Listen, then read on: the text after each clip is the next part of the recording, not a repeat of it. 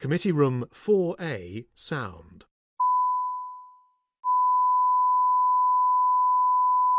Committee Room 4A, sound.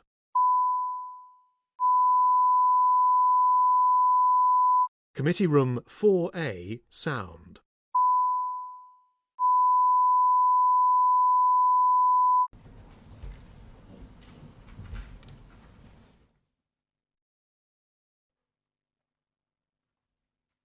Welcome.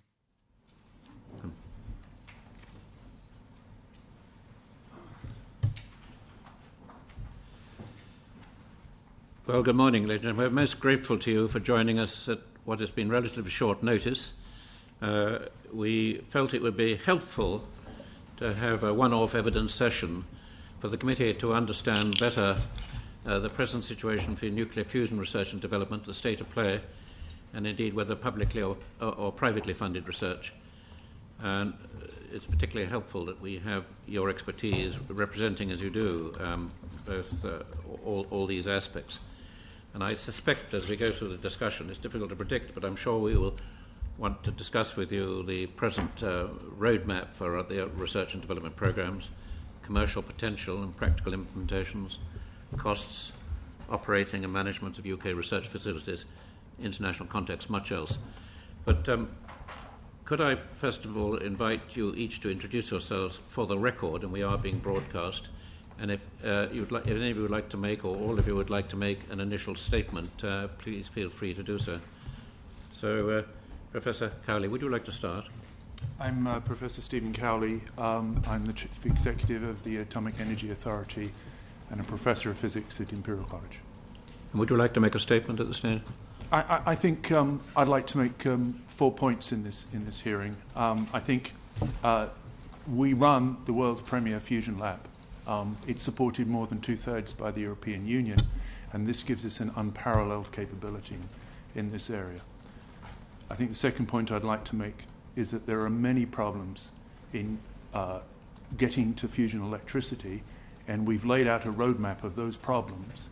And it's not just about getting fusion, but it's about getting commercial electricity. I'm confident we can do that. We have a coordinated, innovative program with the US lab at Princeton on spherical tokamaks, which I think is one of the most exciting things happening in the field at this point. And that coordinated program has designed 2 new machines that are in the last stages of assembly. And those 2 machines, I think, are going to yield the critical data that is necessary before we understand whether that's a viable technology. The UK's fusion programme is advised by a large number of very expert and very distinguished committees. Those committees help us set priorities, they help us drive innovation, and they provide very rigorous review. And I think those are the 4 points I'd like to get through. Thank you very much. And Dr. Ellis? Thank you. My name is Sharon Ellis. I am the Deputy Director responsible for sponsorship of the Research Councils and UK Atomic Energy Authority at the Department for Business, Innovation and Skills. I have nothing further to add to what Steve has outlined. Thank you. And Dr. Kingham? Thank you. I'm David Kingham, Chief Executive of Tokamak Energy Limited. We're a private company that aims to accelerate the development of fusion energy. We think that the science of tokamaks, particularly compact spherical tokamaks, is particularly exciting, with great progress being made.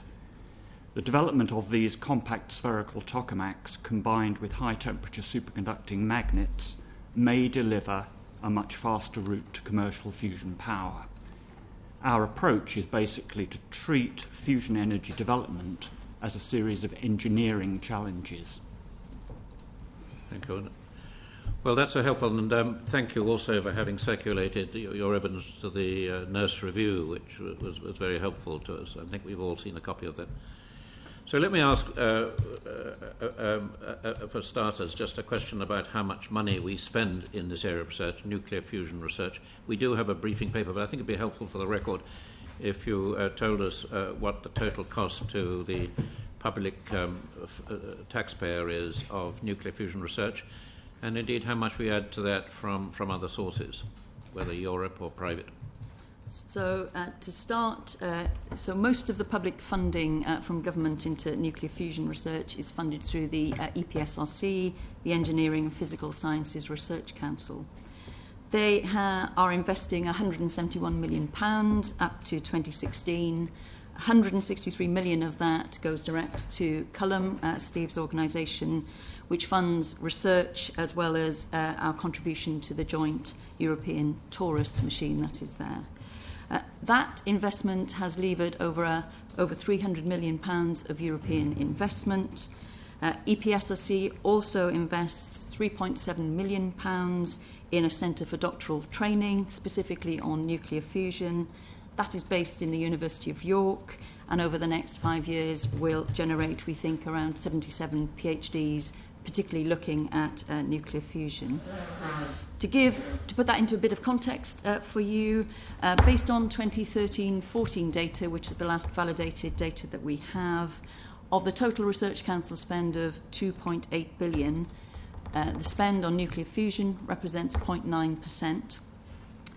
In a bit more context, the total Research Council spend in 13-14 on energy-related research was 190 million, and fusion research represents 14% of that total amount. So that is what we are currently spending. I briefly mentioned how much that levers from European Commission. I don't know whether, Steve, you wish to add anything to that?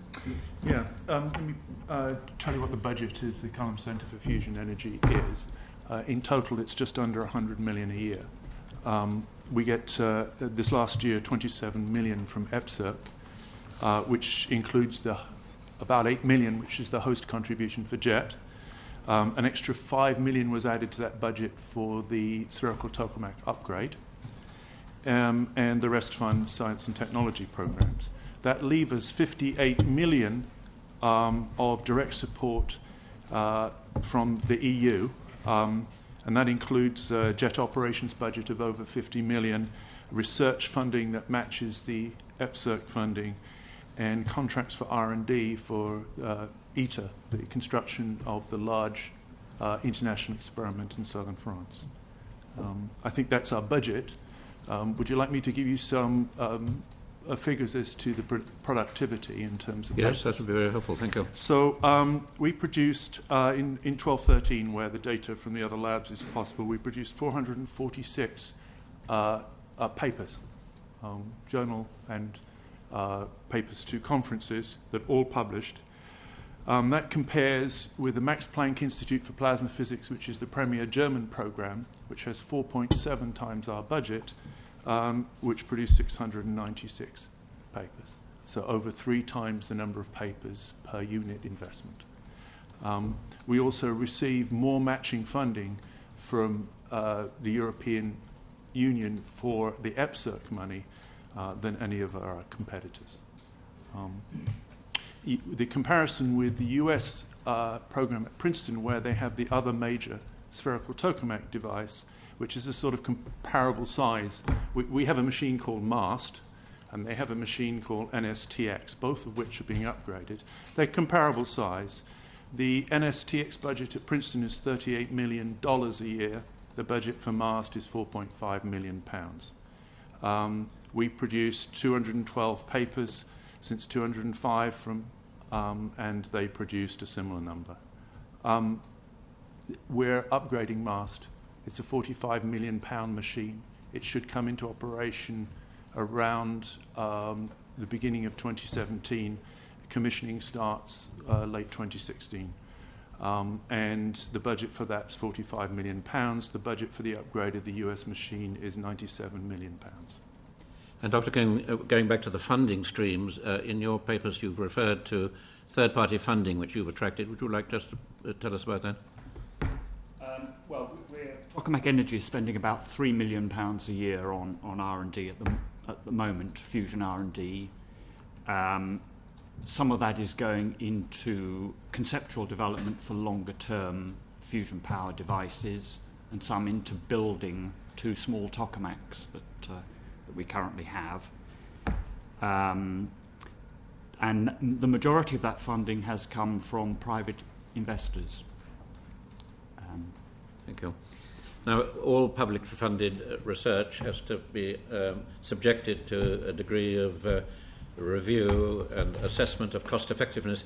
How is this done in the case of nuclear fusion, and what has been the outcome? The Research Council EPSRC is currently conducting a review of its funding and outcomes on nuclear fusion. Professor Peter Littlewood, who is the director of Argonne National Lab in the USA and an expert in this field, is chairing that particular review. It will include consideration not only of fusion research but the relations with fission research as well. And we expect to have the outcome of that particular review towards the end of the year. When was this last conducted, the previous exercise? Presumably it's part of an iterative process. So every before spending reviews, research councils generally kind of review the effectiveness of their investments, and as we're coming up to the spending review, which will occur this autumn, this is going to be a very useful input in terms of our consideration of the proportion of funding that should be spent on fusion research. Thank you. Lord Kakar? Professor Cowley, you spoke about the publications that you have, papers and so on, as a result of this particular investment. How much intellectual property has been protected? Are you in a position to protect anything? And what would be your approach to sharing that for future commercialisation? Anything that's funded, and everything we do is essentially part European. We're an international lab. 2/3 of our funding comes from Europe.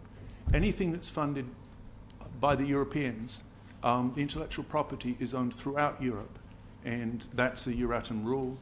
We don't own that intellectual property. Everything we do is open. At this stage in nuclear fusion, I think the pace of discovery is going to be higher if we tell everybody what we're doing. Later, intellectual property will be developed, but not at this point. Lord Maxwell? Yes. Can I just ask you, I think it was Dr. Ellis said that you were measured by the effectiveness of your spending. Now, effectiveness can be measured in two ways. One, it can be measured against whether or not what you are doing is cost effective. Secondly, it can be measured against whether the outcome of what you're doing is going to happen. Now, which of those are you being reviewed to? I think probably both elements. I think there's a consideration as part of the review in terms of, is the programme on track in terms of the investment that's been made, and that will be a consideration that they will come forward with at the end of the year. But equally, there are additional benefits and outcomes that are being derived from our investment in nuclear research. So spin-off benefits in terms of becoming world leading in relation to our robotics and using robotics to kind of handle difficult environments. So there's been a kind of emerging technologies that have spun off from the investment in nuclear fusion, which we do consider to be an additional benefit. As well as robotics, there are advancements in new materials that are coming forward. These are things that you need to have in place to ensure that nuclear fusion can achieve its goals. So we are counting spin-off benefits as well as is the money contributing to delivering the outcome in the timely manner that we expect to see. Professor Cowley? Sorry, I perhaps should have expanded a little further on the point. We're greatly involved in industry now. Because of the building of ITER, for instance, we're involved in industry in three different ways. Because of the building of ITER, the UK has had over 300 million worth of contracts to supply high technology to ITER. We have an industry office that partners UK industry with and helps them in the bidding process to do that. Over 40% of those contracts that have been won by the UK, we are a subcontractor on the contract. And there, of course, we're not supported by any European money. There is IP that's generated by that. But it's generated for the UK company. One of the most important cases we've recently done in the last 8 months is we're on a contract with AMEC and with A-System UK, two different contracts, totaling 120 million euros worth of contract to supply the robotics equipment for parts of ITER. And we provide the specialist knowledge, and they provide the general engineering capability there. And together, we went out and won these contracts. And I hope that by the time we finished ITER, that we will have won over $1 billion worth of contracts on that device, because it's superb things for UK industry, because it's high-tech stuff, it upskills the industry, etc. It's the first way we help industry. The second is we have various businesses within the UK AEA supplying things like diamond window mountings, etc. And the third way is we use little engineering companies in the UK to provide parts for our experiments and building our experiments. The MAST upgrade has had between 11 and 12 million worth of contracts with UK companies, including, for instance, Tesla. Tesla make coils, and they've made this superb internal coil for our spherical Tokamak with a cyanide ester impregnation in it. That is state-of-the-art stuff, and we sent people to work on the factory floor with them to develop this, because it was a new technique for them, and now they will be able to sell that technique around. That's really how we work with industry. Just come back on that point.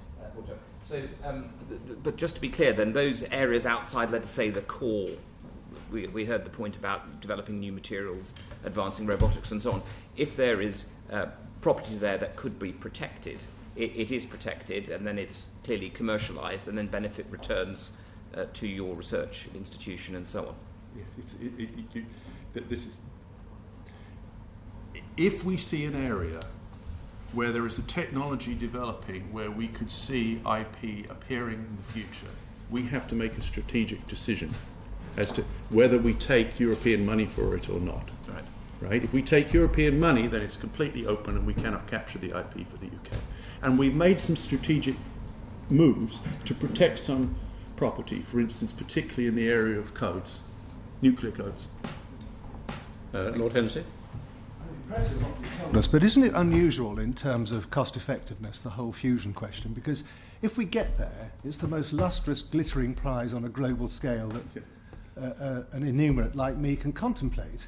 And I don't want to be unkind, but the cost effectiveness criteria you've been talking about reek of the Treasury, and you're down in the weeds. If you get there, it will justify everything from Arthur Eddington in 1919, all the false hopes, the back alleys, the dead ends that you've gone through. If you pull it off, it will trump everything else. So it's an entirely unusual question in terms of cost effectiveness, isn't it? Or is that naive? So there is around the world a huge amount being spent on nuclear fusion research, and we have to benefit from all the innovations that the Chinese are doing, that the Americans are doing, etc. And the cost effectiveness of having an international lab like ours is to be able to pull those things together. Right? We are entirely driven by trying to get fusion as fast as possible. But we realise that we can't solve all those problems on our own.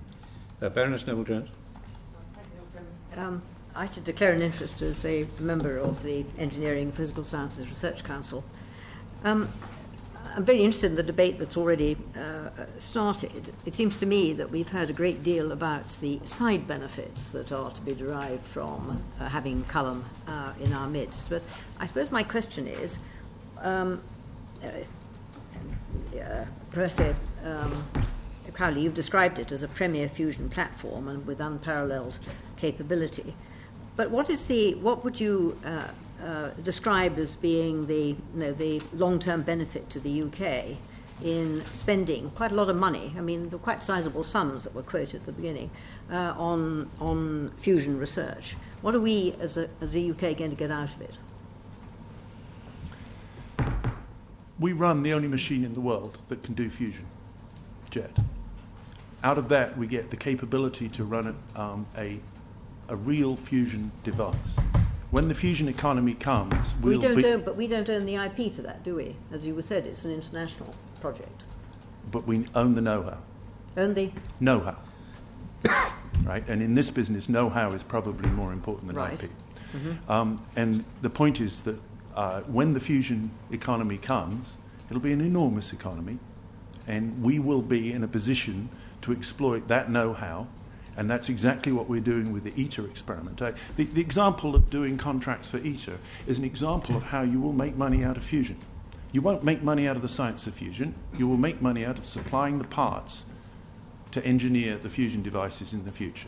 And we're doing that for major experiments at the moment, and that gives our industry the capability in the future to make money from this product. And the timetable for developing, moving forward?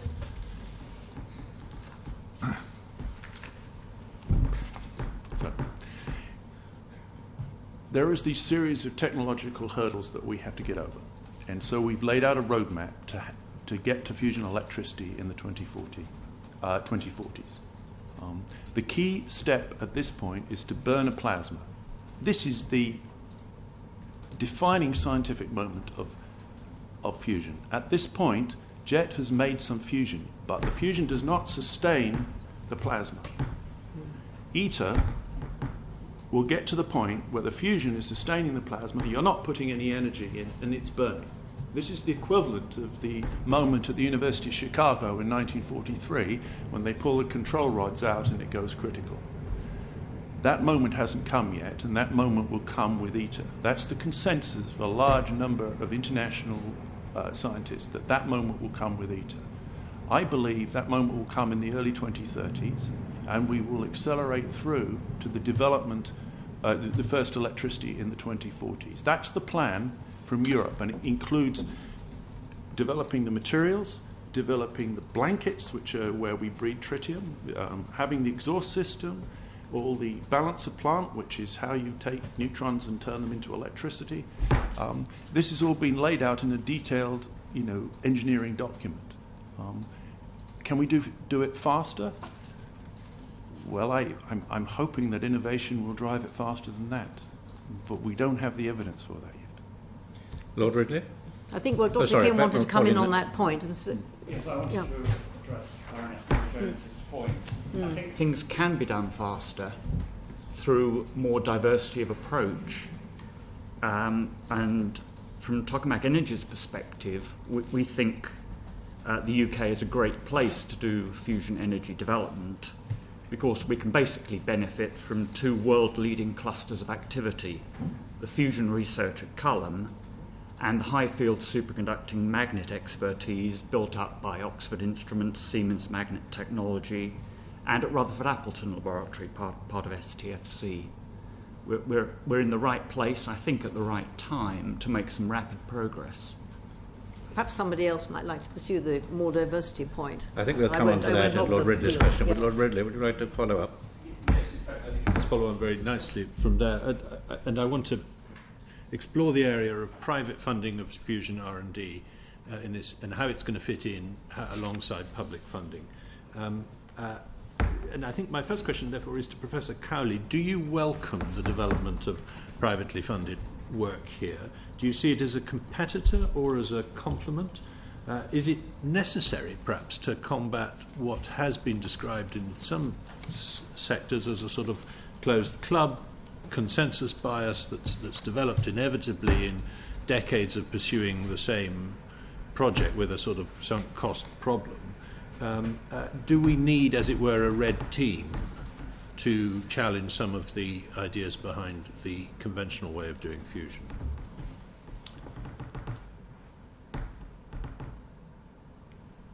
I'm very excited about the developments in spherical tokamaks. And I have a very long answer, so I'm private investment in fusion. Let's start there. Private investment in fusion is not new, right? Is not new at all. Not new, right? Hundreds of millions of private money has been spent in fusion. I think the first one was a high-field compact tokamak, a company called Inesco in the US between 1978 and 1984. And their idea is very similar to some of the things we're pursuing with spherical tokamaks, trying to make it smaller, cheaper, faster. They soaked up some greater than 20 million of investors' money, and what happened was that nothing was derived from that program. Nothing in the end. It was not successful. When we look back on what they proposed, it was not properly reviewed, so it was not technically credible. And you will see at the moment there's well over 300 million of private investor money in various companies around the world at the moment. We monitor it. If there are things that we can learn from it, we will, adapt our program to it. The problem is, I fear there's an incompatibility between realistic timescales and investor expectations, right? And that makes it very difficult for us in that line. That's not to say I don't think we can accelerate the development of fusion, because I'm hoping that the spherical Tokamak program at Princeton and at Kingham will allow us to get to fusion faster. And I obviously welcome any results that Tokamak Energy may produce. Can I then put a question to Dr. Kingham? You mentioned the need for a diversity of approaches, and you've obviously seen an opportunity with spherical tokamaks to try something that might be a bit faster.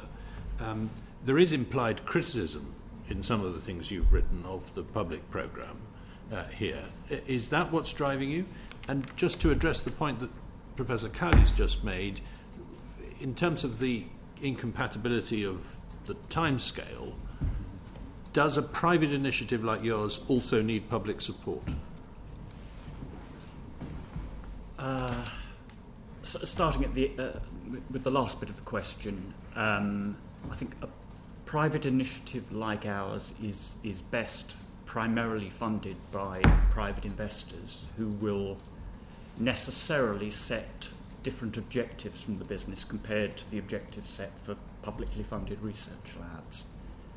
So I think the important point for us is that we can participate in a cluster of activity of fusion where publicly funded laboratories are doing basic research and some underpinning engineering developments, and we can essentially look for a jumping off point from that base to try things more quickly. Our investors expect us to achieve goals at least every 1 or 2 years, so that sets quite a rapid timescale. And so our approach is to try to set shortish term specific engineering challenges, such as building the first Tokamak to use exclusively high temperature superconducting magnets, and then to be able to demonstrate it as we were able to demonstrate it at the recent Royal Society Summer Science Exhibition. Now that's an engineering challenge that we believe will contribute substantially to future development of fusion energy, but it's done on a relatively small scale with relatively modest budgets, and we anticipate that will enable us then to raise substantially more money from primarily the private sector for further development. Now I should say we have benefited quite a bit from government funding, for example 3 SMART awards, an EPSRC case studentship, knowledge transfer partnership, R&D tax credits, very, very helpful to encourage leverage of private investment into this sort of area because people appreciate the risks. R&D tax credits help to offset that risk to a certain extent. And the Enterprise Investment Scheme also very valuable. And if I had one specific request, it would be that the limits for Enterprise Investment Scheme were increased to allow us to attract more private investment to fusion. And we think that can be very complementary long term to the public science investment. Are there things you're doing that, like, for example, the high temperature superconductivity tape stuff, that you think wouldn't have occurred to the public project, that out of a frustration with that you've gone out and tried to do it differently? I don't want to sow discord between you, but I'm just interested in the relationship. I think our approach is different. The material has exceptional promise for fusion energy, and I think many people recognise that. our approach was then to try it on small scale quickly. And that's an easy approach for a small business with limited resources in the location we're in to do. It's quite difficult for a big laboratory that's used to big devices and justifying big-scale things to government. Dr. Kingham, in your evidence to the Nurse Review, you said that researchers from UK universities have good access to MAST, that's the mega-ampere spherical Tokamak, but there seems to be no provision for UK industrial researchers to have access to MAST. Would you like to elaborate on that? Yes, that was a specific concern of ours, that our scientists didn't feel, scientists and engineers didn't feel that they really had sufficient access to what were essentially ex-colleagues at MAST. There's a community of people working in fusion research in the UK, and we would like to encourage as much open dialogue as possible, and I think there have been difficulties in that respect in the past.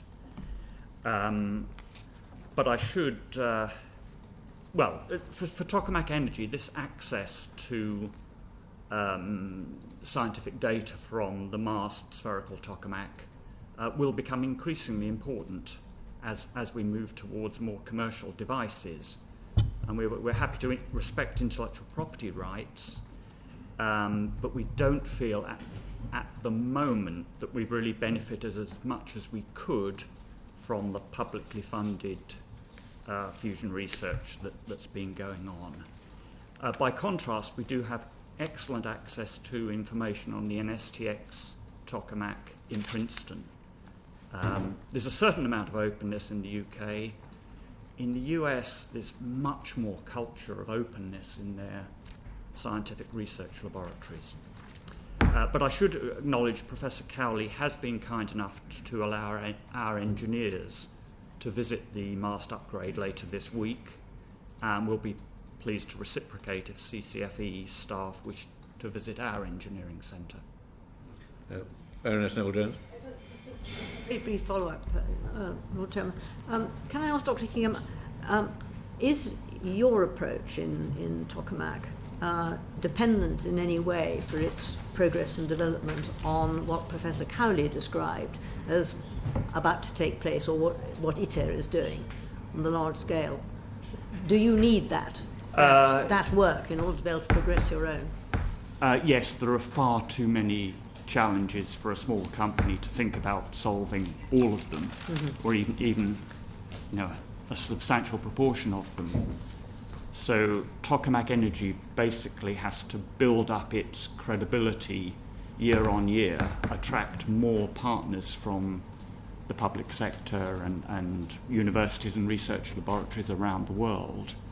They're going to be wary of us to start with. If we start to demonstrate more scientific evidence and more engineering feasibility, we'll become more of an attractive partner.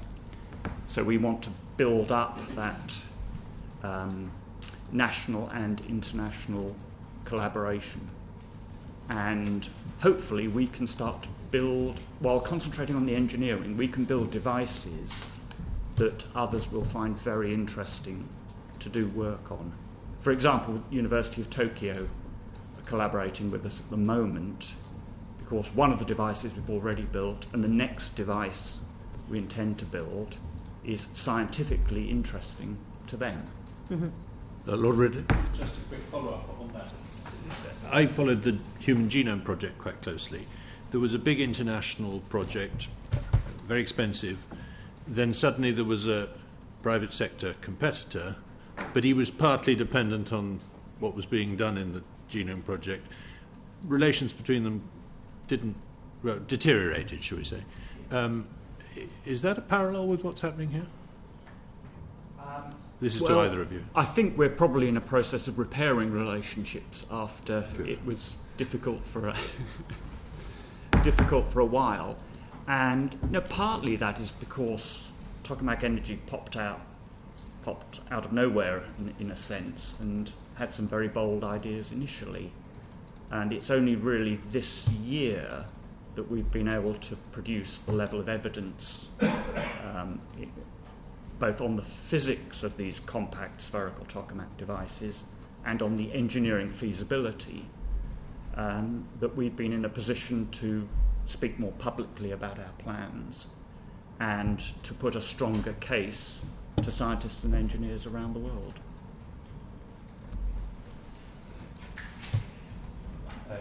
I can see where this is going. Let me... Doesn't take it.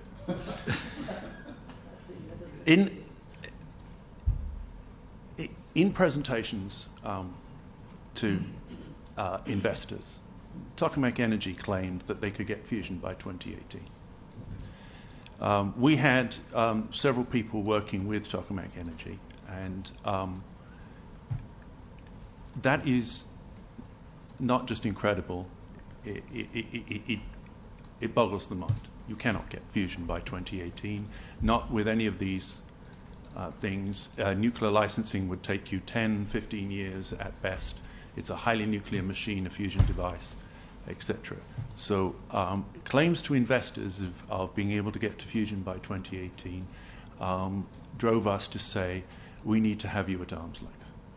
We are very much dependent on our credibility. Back in 1958, Sir John Cockcroft revealed the Zeta results and claimed fusion for the UK, and it gave great damage to the credibility of nuclear research in this country. When you tell your investors that you can do fusion by 2018, you cannot tell them, right, that the United Kingdom Atomic Energy Authority agrees with you, because we don't. And we do not think that you can get electricity in 10 years, and that is a credible capability at this point from where you are. We have to defend our credibility. In this business, we're asking for hundreds of millions of investment, and if we don't go through rigorous scientific review, and we obey rigorous scientific standards, right, that will be a problem. That's the first point. The second point is that, for instance, high-temperature superconductivity research is being conducted in the European program. There are high-temperature superconducting leads constructed at Karlsruhe. There are research at Vienna. We're in contact with the CERN group. We work with the Brookhaven group. High-temperature superconductivity is not a new thing in our business, right? I remember the day that Benenortz and Mueller came out with their announcement.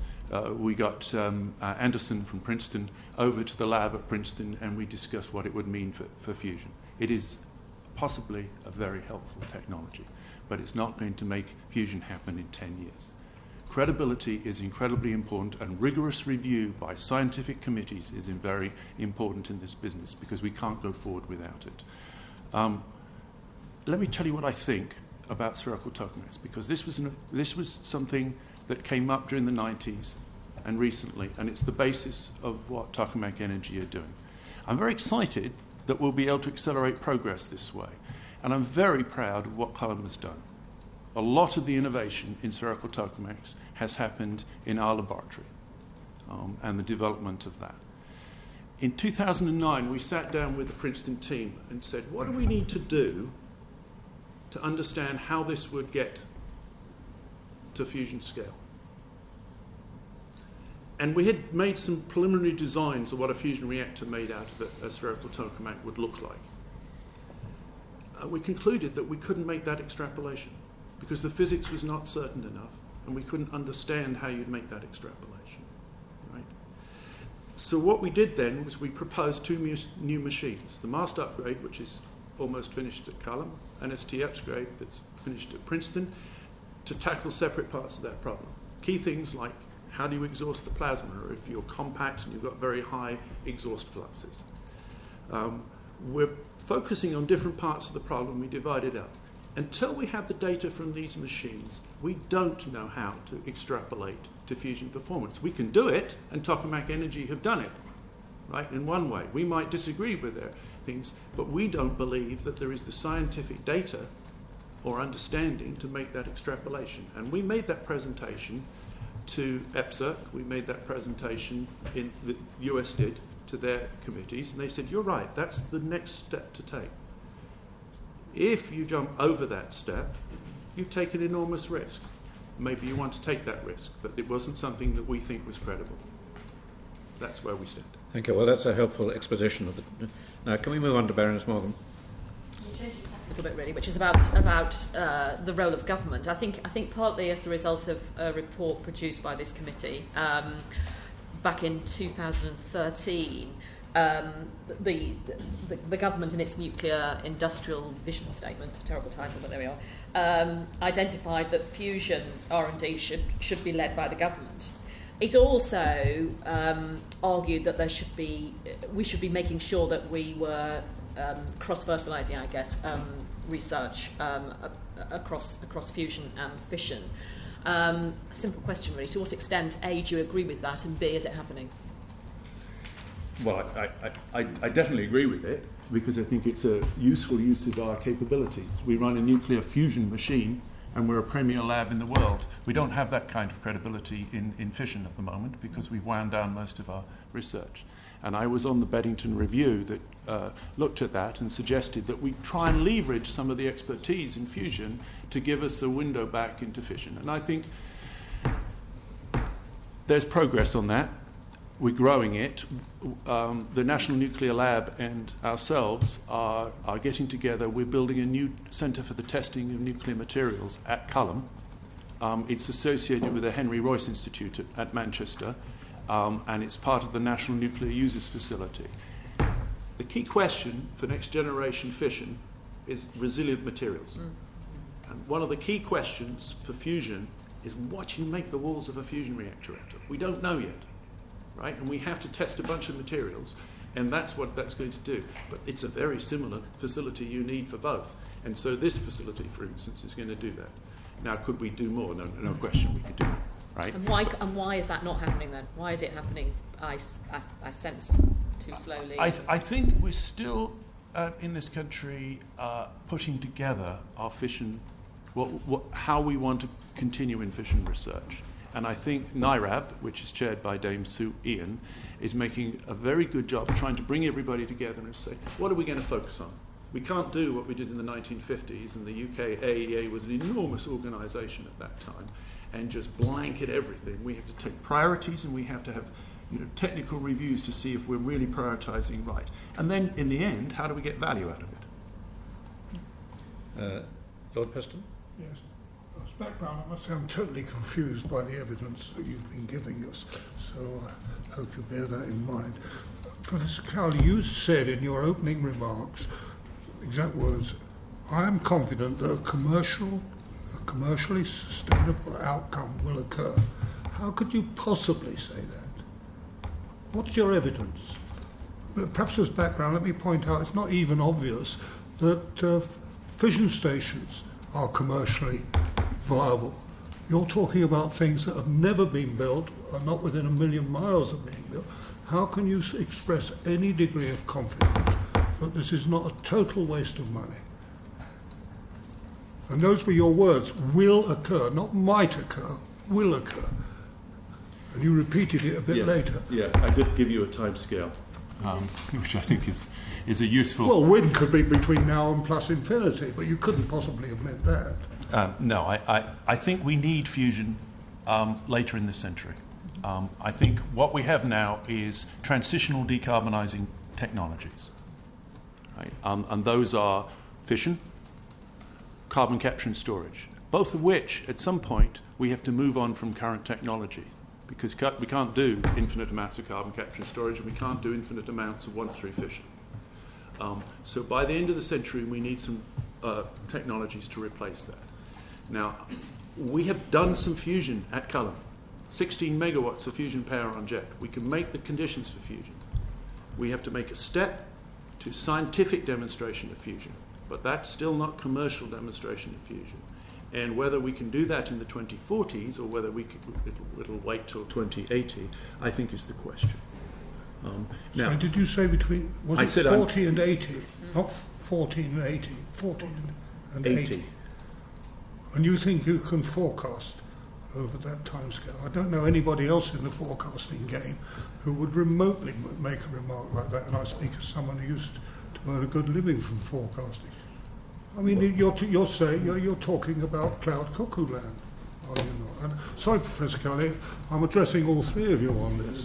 I mean, it seems to me what you've done is to invent a marvellous system where all the scientists working in this area manage to waste an enormous amount of public money worldwide on a self-sustaining system with no likely outcome worth anything, if I may put it to you wearing my economics hat. I mean, why should not, if someone were to say, surely we just shouldn't spend any of this money, because there are plenty of other good projects in science and technology. I would find it very hard not to say yes. Dr. We shouldn't spend any money in this area. Dr. Ellis. So obviously my responsibility is kind of spans the whole science spectrum from arts and humanities right the way through to chemistry and particle physics. So, I mean, we take a very sort of strategic approach to investment. I certainly don't tell research councils what they should be funding, but what we try and do is keep a broad spectrum of investments along a range of technologies to try and get us to a better future. And Steve has outlined the sort of better future in terms of the opportunities for nuclear fusion. So without particular evidence, which is why we've got EPSOC doing a review of our investment in nuclear fusion, at this moment in time there is no reason for us to sort of stop investing in this technology. We are active in a European programme. It reports in terms of what its developments have been, and in the light of evidence, that's the point at which we may or may not kind of review the investment in this space. So as we currently stand, we still see this as a promising technology. We are getting added benefits in terms of the materials research, in terms of advancements in robotics. We are getting inward investment into the UK on the back of it. Taking that together as a package, following further evidence, that is when we may or may not take a decision in terms of how much we do or don't spend on fusion. But so far, we see the balance sheet in the positive.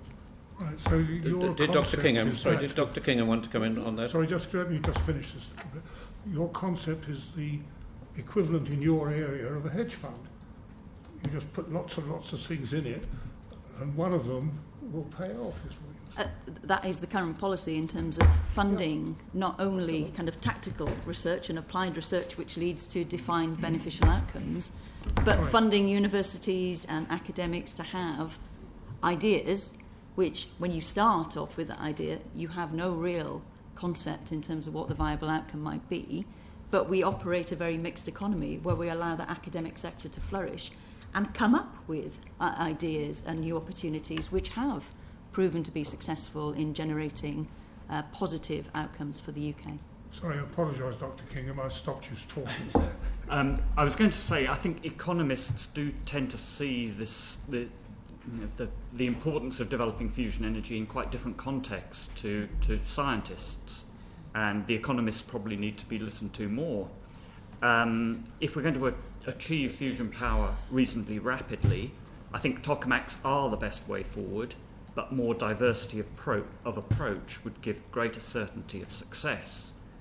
The European fusion roadmap is the most remarkable linear model of innovation.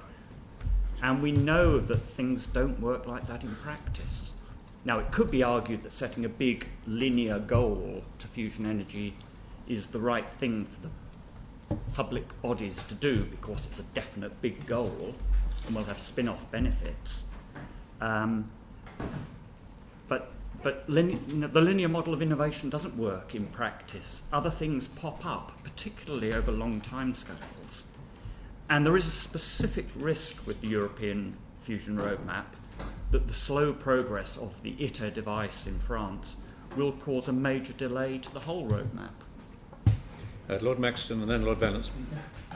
I'm not going to go quite down the same route as Lord Peston, but a very similar one. First of all, 2040 is actually 4 or 5 general elections away, and we just do not know what the political map will be in 2040. That's the first point to be made. So, because that's how democracy works, and that's even allowing for 5-year parliaments remaining. So the first thing is that that could change. The second point is that if you went back 40 years and looked at the technologies then in 1975, and now went forward another 40 years, again, the landscape would change quite dramatically over that period. I think right at the beginning, Dr. Ellis, you said there were other researches into electricity supply. If governments find another sustainable electricity supply between now and 2040, I'm sorry, but your funding is going to disappear. Because why would a government, if it gets its sustainable electricity, why would it continue to fund fusion? It may be the ideal, it may be what we want, but it won't. If you can get something which is just as sustainable, if not quite as perfect, why bother spending government money on it? True. Hmm? Yeah, obvious. Yes. I mean, but we don't have one now, right? No, but what is the research that's being done?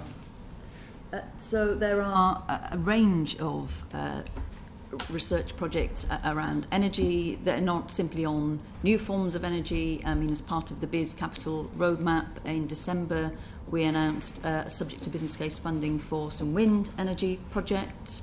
And, you know, other research councils have projects around carbon capture and storage, waste handling. So it's not all dedicated at new forms of energy. It's dedicated at sort of the whole energy generation ecosystem. It's about generation, it's about handling of waste, it's about sort of trying to generate new forms. So we do try and keep a mixed economy out there in terms of what research could bring forward into new forms of energy. But currently, as we stand, we don't have that sort of panacea for the next generation of low carbon energy. No, but and we continue to invest. No one would have thought that there would be an internet. Correct. Right? Mm-hmm. And there is now an internet. And I think that vindicates the kind of the approach that we have, which is not only investing in big public laboratories. Part of our Research Council funding goes to the likes of the University of Warwick, Strathclyde, Imperial, Oxford, Lancaster, trying to kind of invest in people that have ideas and see if those ideas can be brought forward into opportunities. So, you know, we're probably never going to be investing perfectly for everybody's point of view, but we are trying to keep a mixed economy to pick up what we think the best outcomes that there may be. So you're right, I don't have a crystal ball. We will continue to invest in a broad spectrum and see where they lead. Can we move on to Lord Vallance and then Lord Ridley? From the other angle, perhaps, going back to what Lord Hennessy said at the beginning, this is potentially the biggest pot of gold of all time. I mean, is there a relationship between the size of the investment and the potential speed of delivery? If one thought there was twice as much, or an order of magnitude different, would that make a difference to the speed of delivery? And are there any other roadblocks apart from resources which, if removed, could bring forward the speed of delivery? Perhaps starting with Professor Cowley. Can I just make a remark? If we're not making progress, I don't think one should continue to invest in this. We are making progress. That is, you know, there are scientific milestones, temperatures, densities, etc. I think investment's a very interesting thing. The big investor now in fusion is China. They're training 500 new PhDs per year in fusion. They are going to try and get a device more powerful than ITER, and I'm not quite sure whether they're taking it through to electricity in the 2030s. And the trick there is that they're willing to take a much bigger risk. If you've got a lot of cash, you take a bigger risk, you can make a step much faster. The difficulty is that the evidence base that machine will perform is not hugely strong, and we need ITER really to be sure that that machine will perform. The Chinese are going to take that risk. We're actually providing some robotic solutions for them. This is good because they will do huge amounts of investment and we will learn from them. there's no doubt if you spend more money, you'll go faster. Lord Ridley and then Duke of Montrose. Just to follow up on these points and Lord Peston's point, I mean, the one thing every layman knows about fusion is that 40 years ago it was 40 years hence, and it's still 40 years hence. And how do you counter that trope that's out there? You obviously, between you, think that we are now in a position to make that 40-year pledge a little, or 30-year pledge, or whatever it now is, a little more plausible. What is it that gives you that confidence? And if, just to Lord Peston's point, if we can be sure that 30 years from hence, or very confident that 30 years from hence we're going to get there, why can't we get there tomorrow? From the Tokamak energy perspective, we think it's very important to try. We think we've got the basic ingredients that give us a really good shot at trying to make rapid progress. And we're relatively modestly funded at the moment. And the way we see things is, if we can achieve some specific engineering goals over the next year, 2 years, 3 years, then we'll be able to attract more money, and we'll be able to build up the evidence that we're on an interesting track. And if we make a slight false move and do something slightly wrong, and people have seen a decent track record to date, then they'll help us recover from a false step and make further progress. But it's that speed of progress, I think, that's important. There was an article written by Dan Cleary, who writes for Science magazine, and I think it's probably worth quoting. He said, from the point of view of the public and politicians, not much has happened in fusion since 1997, when JET made its record-setting shots, and not much is likely to happen at ITER for another decade. This lack of eye-catching results makes it harder to keep funders and fans interested. Yep. Compare fusion with a constant stream of discoveries in astronomy and particle physics, for example. Now, he wrote that in the Eurofusion Journal as a thought piece. And my comment in this, I think, is that although good progress continues to be made in fusion physics, some great steps forward, the public are only really going to get excited, and therefore the funding is only really going to flow, if there's progress towards fusion energy. And to me, this means engineering materials, unveiling new prototypes, new technologies that are clearly on the route to fusion energy. And it's that the energy goal and the engineering feasibility of the steps on the way that's kind of crucial here. I'm going to take Duke of Montrose and then Lord Hennessy, and then we must move on for the question. Could I ask, to the layman, your technology appears to be ideal for servicing base load within the whole thing. Do you see any way in which you could do more than service base load? Is there a variability in your units of production that could match demand? And I don't know whether that is the big thing that energy field should be looking at, so to match your base load with variable generation. The Tokamak energy concept for the fusion power plant is somewhat different to the mainstream. We have a concept of 100 megawatt scale modules, whereas the mainstream view, I think, is of gigawatt scale modules.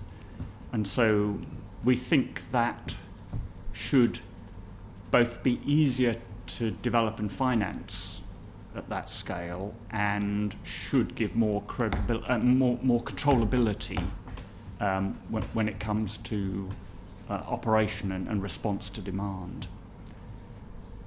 Lord Henderson next, and then I'm going to call on Lord Cameron. Perhaps I've declared I'm a fellow of the British Academy. I don't think the British Academy has any link to fusion, but in case it does, I declare it. Can I come back to the 40-year-on problem? I'm wondering if there's a consensus between Professor Cowley and Dr. Kingham about the breakthroughs that are needed to reach the equivalent of the Chicago pile going critical in 1943. Is it a question of engineering? Is it a question of materials? Is it a question of the physics? Or is it a question of a blend of all three? What is the sequence that has to happen before we get to the equivalent of the Chicago pile? If you could tell me each in turn, I mean, bearing in mind that there may be an intelligent sixth former watching this session, wondering what the benchmarks are that he or she can look for over his or her lifetime, to the point where we get there and you get on the plane to Stockholm for the Nobel Prizes. Can I just add to that, which is I'm interested in what are the real steps along the way, so not the headlines, because I think there's a danger, if I may, Dr. Kingham, in what you were describing, that it's titillating us with your sort of front page of the newspapers, but actually not really scientifically progressing. So I'd be very useful if we could understand what the real changes are along the way. The point of ITER was, and it was very much driven by Sir David King, was that we needed to show the equivalent of the Chicago Pile. The Chicago Pile was not a commercial fission reactor. It was you had the chain reaction happened. It was for the bomb, wasn't it? But it led to civil fusion. It was the first chain reaction. It's a fission. scientific thing. And what ITER is designed to do, and it was an international consensus of what size it should be and how it should be configured, right, is to get to the point that you don't have to put any energy in, and the plasma burns and produces fusion power, sustains itself at a temperature of about 230 million degrees. Those are conditions we've got in JET, but not self-sustaining conditions. So JET is not enough. ITER is that step. And the plan is that ITER should be constructed.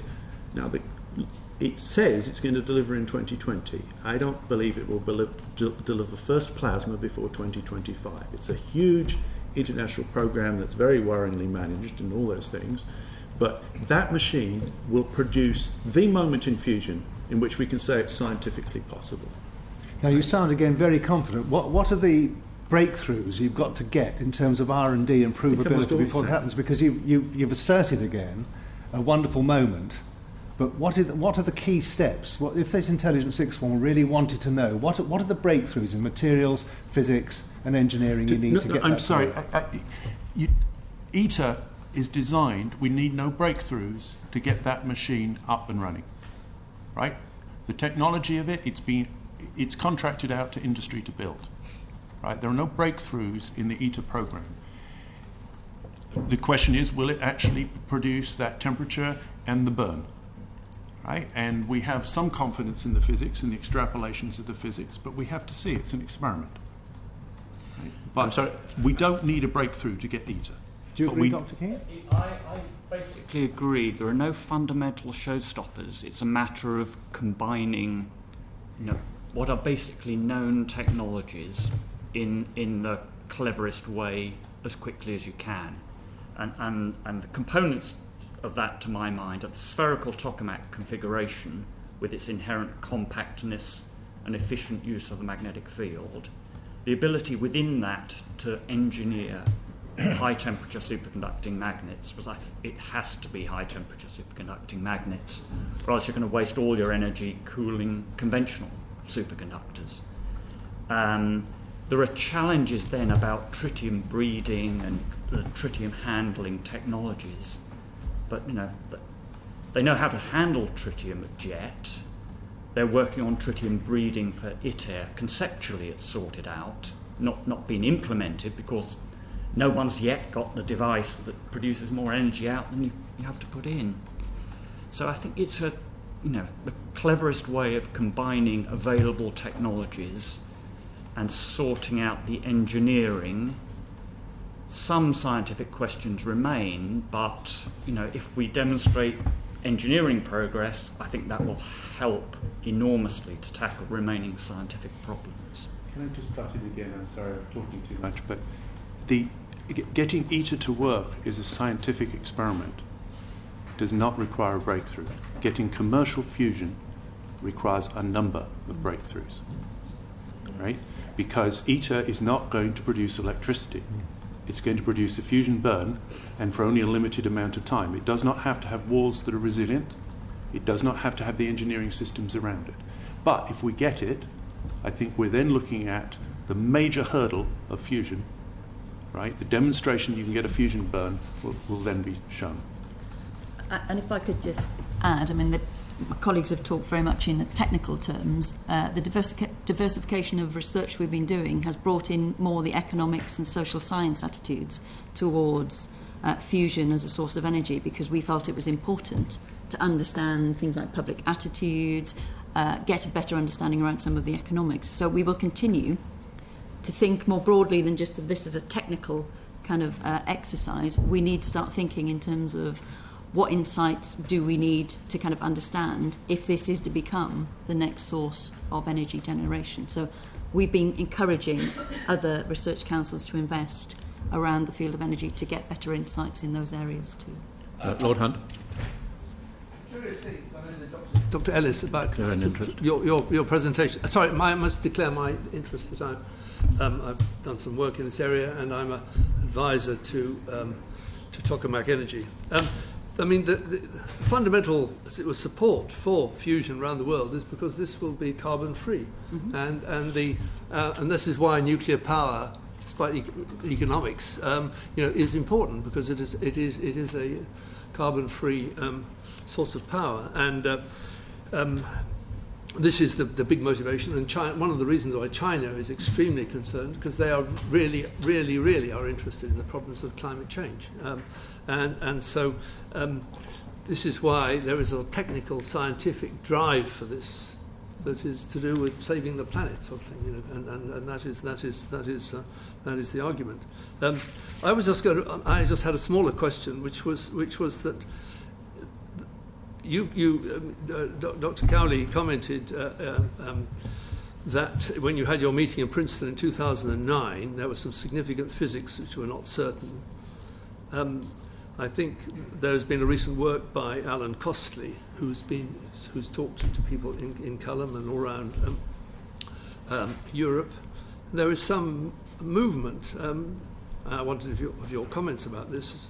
That, as it were, it makes us more optimistic about these developments, and this is the part of the scientific argument for the possibility of modular tokamaks. I mean, when the ETEM project was started, as I know from the many people I've discussed who were there were considerable controversies as to exactly whether you needed the size. There was a scaling argument. The scaling argument was based upon physics in the period of 2000. And some of the physics has begun to change, which is one of the arguments why there may be smaller systems which are viable.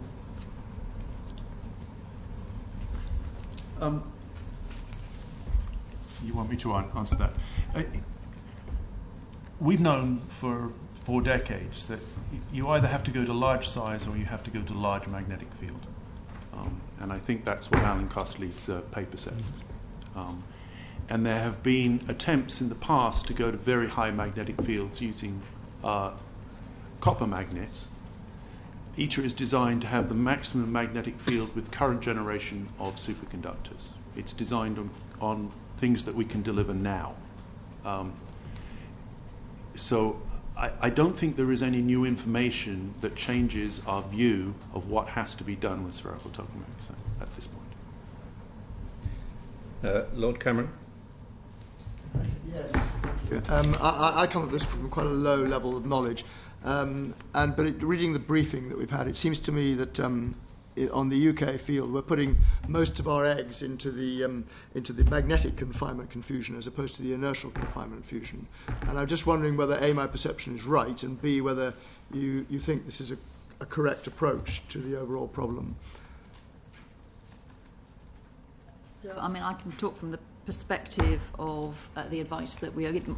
I don't get involved in sort of determining the exact science that is funded. That is not a job for government. That is why we have research councils who then determine what should be funded. I think my sense on this is, whilst the majority, as we say, 90% of our funding is dedicated towards magnetic fusion, if I can call it that, rather than inertial confinement, this is what we will want the EPSRC review to look at. Not only will they think about where the balance of funding should go, I would see that as part of their consideration. But part of our thinking is we are world leading in the area of magnetic confinement. It does make sense for us to continue to invest in that area to generate the kind of offshooting benefits that we've had in robotics and remote handling and advanced materials. So whilst we're not complacent and the balance of funding could change, I would be advised by the scientists in terms of making those changes as opposed to it's something government would take a view on in the absence of any new evidence. Has the RC UK Fusion Advisory Board given a view on this, and are you following it? I don't believe, I've certainly not received advice from that particular board that this should change. I know they keep a range of things continually under review, and in fact their job is to advise EPSRC and STFC on what energy research they should conduct, as well as postgraduate training and our participation in international projects. So they have a very wide remit, and they meet twice a year to kind of really look closely at the fusion work that is funded both domestically and internationally. And their job is to bring forward new recommendations, but as it currently stands, I have not received those recommendations. From our perspective, magnetic fusion in tokamaks is really a far more promising route to fusion energy than inertial fusion. However, we do like the open nature of the UK inertial fusion energy network, supported by EPSRC and managed by Imperial College. And I just found a copy of Alan Costley's paper referred to earlier, and the important, which I can circulate to the committee.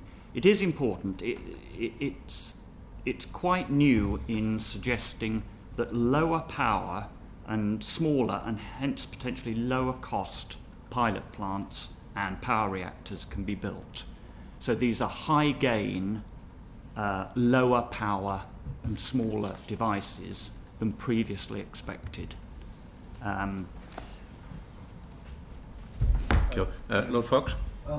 Really following on from some of the issues my Lord Kakar spoke about, which is really the balance between what we own, if you like, nationally and what we're funding nationally versus the international balance. So the impression I've come away with is that virtually everything we're doing is part of the international field of research, and the ownership of that technology, if indeed there is any ownership at this stage, is in the international sphere and up for grabs.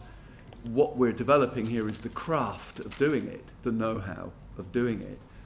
Is that the right impression, and is that the right balance of investment? Should we be a little more parochial in how we're focusing our investment profile from the international versus the domestic? From a energy perspective, we're filing patents, of course, so and collaborating with people, in some cases under confidentiality agreements, but ownership of intellectual property is clearly important for us. As I said, we have tried to protect some intellectual property, but at the moment, the benefits for UK industry from our programme come from our know-how and us being able to upskill and help UK industry compete in the high-tech market. And we do that very deliberately. We enhance that know-how by international collaboration. So we gain from the international collaboration, and then we funnel that know-how, as I say, to AMEC, A-System. There's a number of British companies we're working with at the moment. Lord Kakar? Lord Chairman, if I may just pick up on the point of Professor Cowley, because it's an important one. Professor Cowley, you mentioned this very large programme of investment in China, and how, if I understood it correctly, robotics developed as part of the programmes here are contributing to making that possible. In terms of ensuring that there are appropriate returns for the work that's been done here in the United Kingdom for not a European collaboration, but some work, for instance, with a third party outside Europe, is there some kind of formal assessment, review of that on a regular basis to reassure yourselves that that's the case? Our robotics program is headed by a guy called Rob Buckingham, who started a rather well-known SME that makes the laser snake. And Rob, in government and ourselves, have had a lot of discussions about how do we protect ourselves against the Chinese when they come in with a juggernaut of money all over the technologies that we've developed. Yeah. Our expertise in robotics comes from JET, which we maintain entirely robotically. And we developed that technology over a number of years with European money. And the question is, do we collaborate with the Chinese, or do we try and shut them out and keep our IP? Our understanding is that we could slow them down by a few months by not collaborating, or we could collaborate and get the benefits of what they're doing. And we took the second route. I'm not sure I know the right answer to that. And Baroness Neville-Jones? I'm to ask a question about the relationship between UK contribution to the funding and the existence of the programme. And it's probably a question for Dr. Ellis. And I'm not suggesting it's the case, but were the UK to reduce its level of spend in this area, would there be effects then on our participation in European programmes? What are the key relationships in the funding? And what does a variation in UK spend, what effect does it have on benefits we get from the European programme, or what happens to the European programme or the international programme? So I'm not aware that there's a sort of direct one-to-one relationship in regard to the sort of ITER programme. The European Commission has chosen to invest in the UK and Kingham in particular because we are the best place that does the work. And would there be a reduction in that, were the UK itself to reduce? I suspect there probably the treaty on JET is that we provide 12.5% of the costs of running JET. So if we take that money away, JET goes. And then we have to decommission it, which is rather an expensive proposition in itself. So there is a direct relationship between about 50 million a year of European funding and about 8 or 9. When you say JET goes, what do you mean? Well, if we don't pay our share of the funding of JET and they terminate the contract, JET is then handed over to the British government to decommission. At that point, and we don't have the 50 million a year of funding for the operation of JET, and we will have saved ourselves about 8 million a year. There couldn't be private sector contribution instead? I'm not sure how that would work. Lord Hennessy? If we left the European Union, we'd be out of Euratom, because that was part of the communities we signed up to in 73. Mm-hmm. And so all this would end, wouldn't it? There are members of Euratom who are not in the European Union. I mean, your guess is as good as mine, but Switzerland is in Euratom. But when if I remember, I'm old but not that old, when the European legislation was passed in the early 70s, we signed up. Is that irrelevant? Is it? It's no longer the case. It's no longer the case? Oh, thank you. I didn't know that. Question answered. Lord Hunt? Wherever you wish to be, Lord Hunt. Can I just say, that in response to my comment on my previous question, I was hoping I would hear something from Dr. Ellis about this question of climate change, your policies on climate change. And may I just remind our colleagues here, we do have an Act of Parliament for 2050, Lord Peston, that we should maintain a substantial programme until that time. So this would be consistent thinking. This is, you could say, an implement. And I wonder whether, when you're presenting or justifying this fusion programme, you are relating it to UK's climate change policy. So I mean, the current policy is obviously around replacing power stations that come to the end of their natural lives, looking for a more diverse, secure and lower carbon mix of energy. So in that regard, fusion contributes to that particular goal. So apologies if I didn't mention climate change in that context, but we definitely see investment in fusion as contributing to those overarching goals. I sense we're coming near the conclusion of our inquiry, but Lord Preston has a short... Lost again, as you can tell, I get lost all the time. But how can technology that will be available in 40 to 80 years' time possibly influence climate change? I mean, if we haven't saved the planet in the next 40 years, then we're doomed anyway. You can't use the climate change argument. Because I think we have transitional technologies that only last for a period of time. Once through fission, which is the way we do fission at the moment, will last us about 50 to 60 years. Yes, but all I'm saying is that if we haven't beyond solved that, the climate change problem earlier than that, well, we don't solve the climate change and it's done, because we all have to keep producing carbon-free energy after we can't do fission. You don't have to conventional persuade fission. me we've got to do something about climate change. I cannot see fusion as being remotely connected with it. Dr. Kingham wants to come in on this. A couple of years ago, Lockheed Martin published a video indicating a first fusion power plant in 10 years based on a technology that appears rather unproven. But they had a very bold plan from perhaps a weak starting point. But that's the timescale people need to be thinking of. And in a sense, Tokamak Energy is trying to get to a breakthrough point where a big company could see a 10-year track to producing lots of power plant modules. So it's that's maybe our Wright brothers moment at the point Last contribution at which from Lord Maxim. big companies think this is interesting. I'm rather confused by what Professor Cowley said. Why has fission only got a 50-year No, so lifetime? right. One is through fission, where you take the fuel rods, which is what we're now planning to do, right? Which is the next generation of fission. You take the fuel rods, you put them in the reactor, you burn them, you take them out, and you put them in a geological repository. The government strategy on nuclear says that we can do that up into 2040, 2050, and then we will have to transition to another nuclear technology, right? Because it produces a lot of waste and it uses up the uranium at a great rate. Right? No, there's other. I mean, that's another nuclear technology, exactly. But there are some issues with thorium too. The fundamental thing is that our current plans are to use that as a transitional technology. It does not mean it solves climate change, because after 2050 we'll have to have another solution. Now, I think we've come to the conclusion of our inquiry. You've been very patient with our inquiries. When we set up this one-off inquiry, we hoped that from our position of relative ignorance, or certainly speaking for myself of relative ignorance, were we to ask a panel such as yourself some of these questions, it would help understand, a wider public understand some of the issues. And one of the points which comes through to me loud and clear, which I hope the members of the committee will agree, is that we should be proud of in this country, of the standard of research in this area. It's clearly that we are of international standard.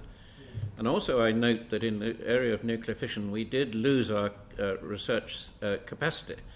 And I do hope that we don't fall into that mistake again until we're quite clear as to the route forward if we're not going to depend on nuclear fusion. And I respect enormously Professor Cowley's observation that he must at all costs protect and defend the credibility, and I think we absolutely understand where you're coming from. One's only got to remember 1958, which you referred to. So thank you all three for having shared with us a very informative morning. We have learned a lot, and I hope that the wider public who can share in this will have learned a lot also. Thank you very much.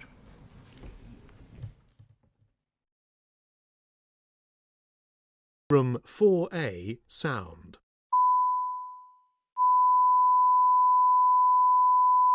Committee Room 4A, sound.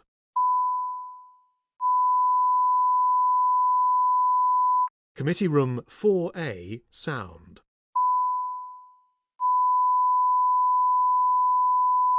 Committee Room 4A,